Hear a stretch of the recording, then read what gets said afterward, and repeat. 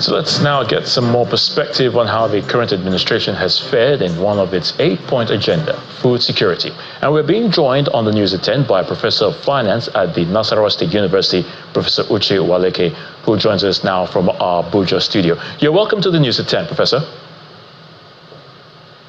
Thank you so much. All right, so food, as we all know, is one of the basic needs of man. And the president has already given assurances as well that his government will address the issue of hunger in the land. But then, Professor, would you say Nigeria has got what it takes to feed its citizens? Yes, of course, we have all the potentials. This is a country going by the Food and Agriculture Organization's data. We have a land area of 74 million hectares of land or thereabout, out of which about 36 million of that is arable. Arable land, 36 million. But sadly, just about 6 million of that is cultivable. The rest of them, of course, is forest.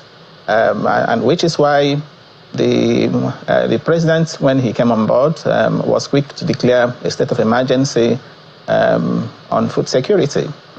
Some of the features of that emergency were, distribution of fertilizers. He also talked about the activation of land banks, 500,000 hectares, of new farmlands to be activated, which, in my view, is just a starting point. Given the data I just mentioned now, you will have about 36 million, and just 6 million of that, cultivated. But he also talked about partnering, collaborating with mechanization companies to clear, much of the forests. Of course, that is something that has to do with, with the state governments to, must be involved in. So when you look at it in totality, what that tells you is that, the potentials are there.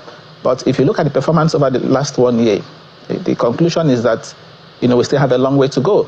And that's because if you look at the agri performance in the last 1 year, year-on-year agri growth, actually fell to just 0.18%. According to the latest MBS number, agri grew by just 0.18%. In the last quarter of 2023, it was around 2.10%.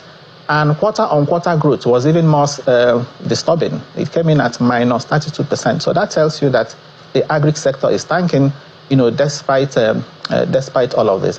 But again, one of the things featured prominently in that, emergency, has to do with engaging new security architecture, because insecurity has been a major problem. So he talked about engaging new security architecture. So today we hear about talks around the forest guards, which in my view is also one way to go, and of course state police. So all right, Professor, if I may come in. Recognized, and I'm pretty sure. Yeah. Yeah, my apologies if I may come in quickly. Well, of course, some of the issues affecting food production, like insecurity, erosion, and indeed value chain difficulties, have persisted, as you know, in the last 1 year. But do you think the government has been responsive so far, to some of these challenges as to guarantee of food productivity and food security, for citizens?